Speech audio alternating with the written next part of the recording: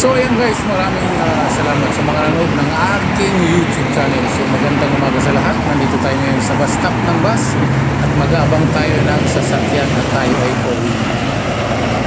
So ayan, ito na nga, nakasakay na tayo. Akyat tayo ng second floor.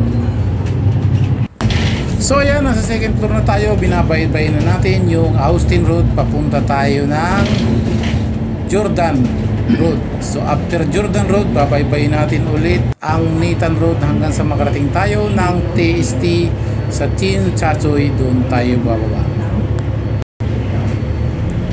So ayan na nga, kaliwa na tayo dito sa Nathan Road. Dire-diretso na to. Itong Nathan Road na to, dire-diretso na ito papunta doon sa may TST Museum dito sa Kowloon. So dire-diretso lang yan mga boss. Tingnan nyo naman ang sasalubong natin ay puro double decker na bus ang namamasada rito.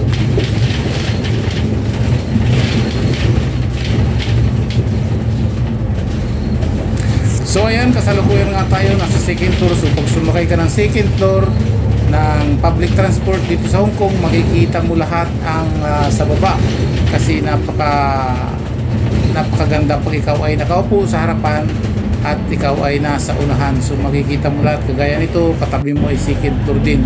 So ayan na nga yung mga bus na kulay pula na KMB. Yan yung malaking company ng bus dito sa Hong Kong na public transport.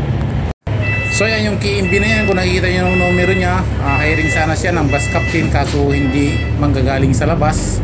Dapat kung apply ka, nandito ka na sa Hong Kong, may lisensya ka na.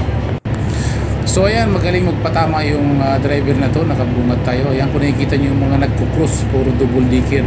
Ganyan yung bus dito sa Hong Kong. Bihira yung first floor lang, karamihan second floor lagi. Kasi mas maraming karga at saka yun ang uso dito sa kanila. Second floor yung bus, wala silang pamasada na first floor lang. Pero mayroon din silang bus na first floor lang, pero ilan lang. So kadalasan talaga second floor. So ayan yung second floor dito ng bus na to. Ito yung sa harapan. So tayo ay bababa na ng bus. So ayan guys, nakababa na tayo ng bus at ito yung sinakyan natin na bus kulay pula na KMB. Salamat guys.